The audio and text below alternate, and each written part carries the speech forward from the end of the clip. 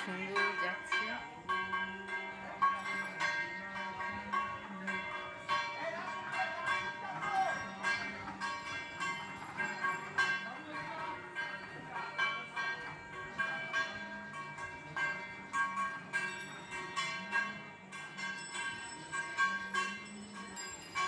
দেখলে কি সুন্দর গেল। এটা আমাদের পাড়ার একজন কাদের রথ। গুড মর্নিং বন্ধুরা, দেখো আমি কোথায় তোমাদেরকে নিয়ে এসেছি। হ্যাঁ, প্রথমেই বলে দিই যে ক্যামেরাটা করেছে সে কিন্তু এতটাও পারদর্শী নয়। আমার হাজব্যান্ড যে ক্যামেরাটা ধরেছে একটু উল্টো দিকে, তোমরা একটু মানিয়ে নিও প্লিজ। যেহেতু নতুন, কখনো করেনি, হ্যাঁ সেহেতু মানে এরকম করে ফেলেছে, সেই জন্য তোমরা একটু মানিয়ে নিও। প্রথমে এইটা বলে ফেললাম আর তোমাদের কাছে ক্ষমা চেয়ে নিলাম, ঠিক আছে? তো যাই হোক, তোমরা দেখতে থাকো। বহু পুরনো, একদম 400 বছর আগেকার গোপীনাথ মন্দির, যেখানে মানে কি বলবো, আমরা ভাবতেও পারি যে কোনো দিন গিয়ে মানে করতে পারবো, গিয়ে মানে ছবি তুলতে পারবো বা একদম এত কাছে যেতে পারবো, সেটা কিন্তু কোনোদিন আমরা ভাবতেও পারিনি। কিন্তু এখন আমাদের পক্ষে সেটা সম্ভব হয়েছে, আর সেটাই তোমাদেরকে আমি শেয়ার করছি। এই 400 বছর আগেকার মন্দির। এই মন্দির হচ্ছে এখানে ওদের পরিবার পরিজন থাকে। এটা কিন্তু একদম আলাদা করে বাড়ির মধ্যেই আলাদা একটা মন্দির আছে, ঠিক আছে? আর ভীষণ ভীষণ জাগ্রত। এই যে দেখো এখানে ঠাকুর সাজিয়েছে, সাজানো হচ্ছে গতকাল থেকে। আর বাড়ির ঠাকুর মানে এখানে সকলেই থাকে, ওনাদের খুব বড় পরিবার। আর এই মন্দিরে হচ্ছে কি যে সকলে মানে ভীষণ নিষ্ঠাভাবে পুজো আর্চা করে। আর বুঝতেই পারছো এতদিন আগেকার মন্দির, মানে তার একটা আলাদা থাকবেই। আর এদিকে হচ্ছে রান্নাঘর, একটুখানি দেখালাম। ওদিকে আলাদা রান্নাঘর আছে, ফ্রিজ আছে, শুধুমাত্র ঠাকুরের জন্য একদম সেপারেট সব কিছু, ঠিক আছে? তো যাই হোক, এখানে তোমাদের দাদাভাই করছে ক্যামেরাটা। আর এটা হচ্ছে একটা বারান্দা, সামনে বারান্দা। এই বারান্দাতে সবাই বসে থাকে আর এই পুজো দেখে, ঠিক আছে? গোপীনাথের দেখো, ওই যে গোপীনাথকে দেখাচ্ছি তোমাদের, গোপীনাথের ছবি দেখে নাও। রাধা গোপীনাথ, রাধারানী গোপীনাথ। তো এখানে ঝুলন হয়, ভীষণ জাঁকজমক করে ঝুলন হয় এবং ভালো মেলা বসে। বেশ কয়েকদিন, এক সপ্তাহ মেলা বসে, তারপরেও আরও 7-8 দিন মেলা থাকে, মানে বেশ বড় রকম মেলা হয়। এইটা হচ্ছে ঝুলন বাড়ি, এই বাড়িটাকে বলা হয় ঝুলন বাড়ি, যেহেতু এখানে ঝুলন হয়। তো বুঝতেই পারছো বহুদিন আগেকার মন্দির, তার মানে একটা আলাদাই থাকে। আচ্ছা, আর এদিকে দেখো এখানে একটা রথ থাকে বরাবরের জন্য। এই রথটা এই দিনে বের করা হয় আর সাজানো হয়। হ্যাঁ, তো এই যে দেখছো আসছেন, উনি হচ্ছেন এবারে সেজো ছেলে, ঠিক আছে? সেজদা। তো যাই হোক, সেজদায় কিন্তু অনেকটা মানে ধরে রেখেছে এই মন্দিরের পুজো। রথটাকে সাজানো হচ্ছে আর এই রথটাকে সাজিয়ে দিচ্ছে ওনাদেরই একজন ভাই। সব ভাইদেরই অনেক বয়স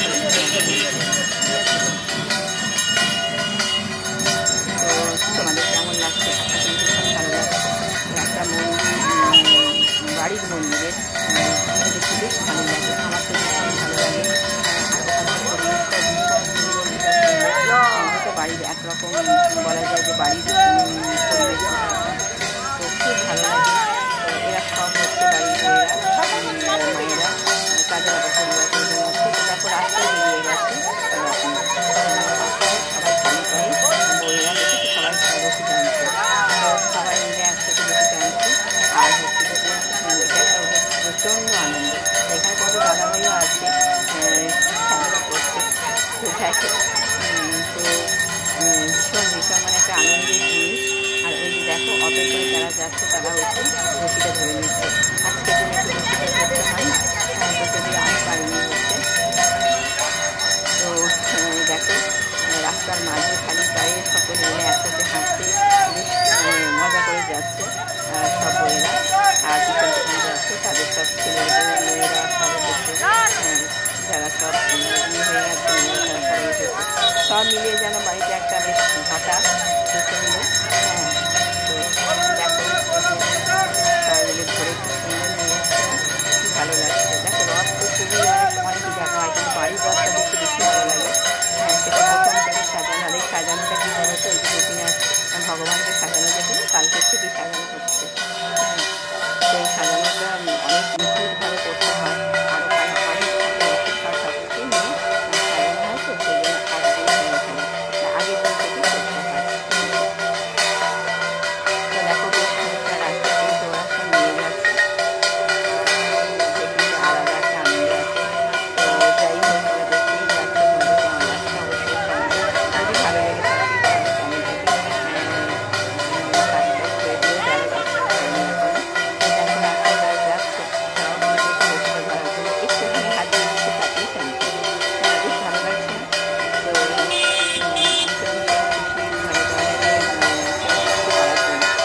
হয়তো ঠিকভাবে দিতে পারলাম না, এই জন্য আমার খুব খারাপ লাগছে। যদি সেইভাবে দিতে পারতাম আরও ভালো লাগতো। এরকম একটা ভালো লাগা বলতে পারো গোপীনাথের মন্দির দেখাতে পারাটা আমার ভীষণ একটা ভালো লাগে, তোমাদেরকে বলতে। ঠিক আছে, তো যাই হোক এই দেখো সব বয়স্ক মানুষরা হাঁটতে পারছে না, ভগবান করতে যাচ্ছে। তোমাদের আসতে আমার ভীষণ ভালো লাগছে, তোমরা এনজয় করছো আমার মতোই, আমি তো ভীষণ এনজয় করেছি। তোমরা কেমন কতটা এনজয় করলে অবশ্যই জানাবে, আমি কমেন্ট করে। ঠিক আছে, তো যাই হোক এখানে শেষ করলাম এটা। আর শুধু ঠাকুর পুজো করলে হবে না, আবার এই দিনকে একটু খাওয়া দাওয়া করতে হবে। তো শুক্রবার তো পেঁয়াজি খাওয়া যাবে না, এই দিন একটু পেঁয়াজি খেতে হয়, পাঁপড় ভাজা খেতে হয়, যেটা ছোটোর থেকে দেখে এসেছি আর কি। তো যাই হোক আজকে তো সেটা হয়ে উঠলো না, আজকে খিচুড়ি করেছিলাম জানো, গোবিন্দভোগ চালের খিচুড়ি করেছি, বেশ সুন্দর হয়েছিল জানো তো, ভীষণ টেস্টি হয়েছিল। তো খুব ভালো লাগছিল খেতে। যাই হোক আমি খিচুড়ি এমনিতে খাই না, কিন্তু এই খিচুড়িটা এত ভালো হয়েছিল, নিজে করেছি বলে বলবো না, এতটা বোধহয় আগেও আমি করতে পারিনি ভালো জানো তো, আজকে এতটা সুন্দর হয়েছিল, মানে টেস্টি আর কি। হয়তো দেখতে কতটা ভালো হয়েছে আমি জানি না, কিন্তু খুব টেস্টি হয়েছিল। আর তার সাথে করবো একটু অল্প করে এই যে আলুগুলোকেই করে রেখেছি, সেদ্ধ করে রেখেছি, এটাকে আমি বেসনে ডুবিয়ে করবো, বড়া করবো। তো বড়া করে আর ওই দিয়ে খাওয়া হবে আজকে, বুঝেছো। তার বিশেষ কিছু রান্না করবো না, কারণ খিচুড়ির সাথে আর কী রান্না করবো বলো। তো সেই জন্য এই বড়া করে নিচ্ছি, মানে আলুর চপ যাকে বলে, সেই আলুর চপ মতন করে নিচ্ছি আর কি। তো কয়েকটা করব, কারণ কি সবাই তো অফিস চলে গেছে, খাওয়ার জন্য তো শুধু দাদাভাই আর আমি রয়েছি, তো সেই জন্য অল্প করেই করছি, বেশি কিছু করবো না। ঠিক আছে, এমনি ভাজাভুজি তো আমার চলে না, কিন্তু কী করবো বলো, মানে কী বলবো, খিচুড়ির সাথে একটু তো খেতেও ভালো লাগে তাই না, খিচুড়ির সাথে তরকারিটা বড়টা ভালো লাগে না। তো দেখো আমার ভাজাগুলো কিন্তু করা হয়ে গেছে, আলুর চপগুলো করেছি, আর ওখানে কিছু বেগুন আর কুমড়ো ছিল কাটা, সেই বেগুন কুমড়োগুলো একটু বেসন বড়া মতন করেছি। তো বেশ ভালো খেলাম কিন্তু আজকে জানো তো, গরম গরম খিচুড়ি আর বড়া ভাজা। তো তোমাদের কারা কারা এরকম খিচুড়ির সাথে এরকম বড়া ভাজা খেতে ভালোবাসো অবশ্যই জানাবে। ঠিক আছে, তো যাই হোক তরকারি চেয়ে এটা বেশি ভালো খেয়েছি আমি। আর কী বা বলবো তোমাদের, দেখো এবার খিদে পেয়ে গেছে গো, প্রচণ্ড খিদে পেয়ে গেছে, চলো খেয়ে নিই। হ্যাঁ খেয়ে নিই, কারণ আর এই সে খিচুড়ির সাথে একটু আলু দিয়ে দিয়েছিলাম জানো তো, ওই একটু বড় বড় করে আলু দিয়েছিলাম, কোনো সবজি তো দিইনি, সেজন্য একটু আলু দিয়ে দিয়েছিলাম। হ্যাঁ তো এই আলু দিয়ে আর খিচুড়িটা, এটা মানে খিচুড়িটা এমনই হয়েছিল না যে শুধুই খেতে ভালো লাগে, এত ভালো খেতে হয়েছিল যে খেতে খুব ভালো লাগছিল, মানে এতবার বলছি এই কারণে যে সত্যিই খুব ভালো লেগেছিলো আমার খেতে। তো এই হচ্ছে, এবার আমাদের খাবার তৈরি করে নিয়েছি, এবার বেড়ে নিচ্ছি, বেড়ে নিয়ে এবার আমরা কিন্তু খেতে বসে যাব। চলে এসো তোমরা সবাই, একসাথে আমরা খেতে বসি, আর একসাথে খেতে বসার মজাই আলাদা। চলে এসো, বাই, টাটা। ভালো লাগলে লাইক শেয়ার কমেন্ট প্লিজ।